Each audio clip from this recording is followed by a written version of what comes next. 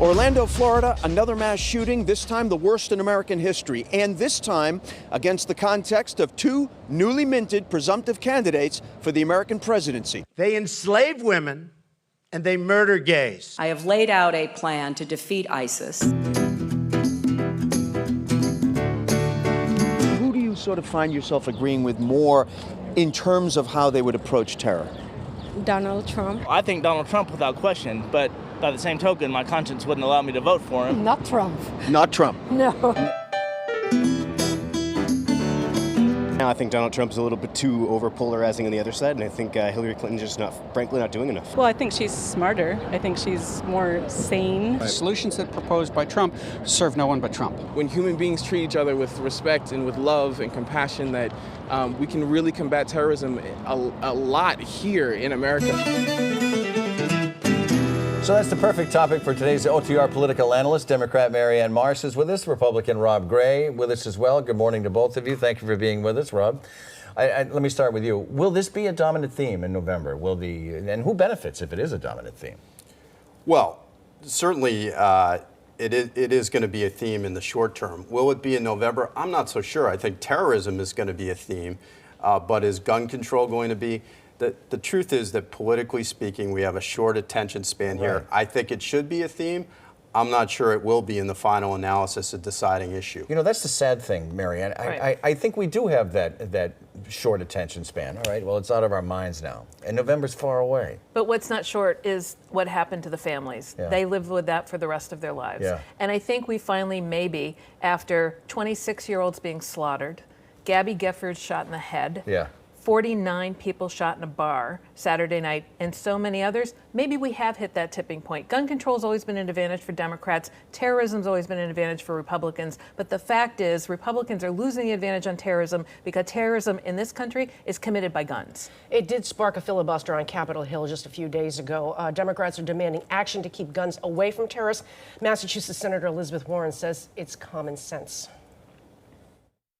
It was a terrorist with a gun that killed all those people. A terrorist with hate in his heart and a gun in his hand that killed all those people. Now, over in the House, Seth Moulton and Catherine Clark were among the handful of Democrats who walked out of that chamber earlier in the week, and it was during a moment of silence for the Orlando victims. Is it easier for members of the Massachusetts delegation to lead on this issue, Marianne? Only because everybody in Massachusetts supports them. But it's not easy when you're a Democrat in a Republican Senate and a Republican House who refuses to take action on this. That's the problem here. So when you look at this, here's why Catherine Clark and Seth Moulton were mad. Because the Republicans who did that moment of silence are anti-gay and anti-gun and have done nothing about it. In the Senate, the same thing. Everybody who showed up in Orlando, every single Republican, office holder, anti-gay, anti-gun. It's easy and cheap to offer your prayers, but do something about it because silence is endorsement. You are complicit in this, and that's the case, finally, that Democrats are standing up and making and doing a filibuster to do it. Good for them. Is a walkout no more than a headline, though, Rob? I think these Massachusetts Democrats only did the easy part. I think there is common ground for moderates, Republican and Democrats to come together on this.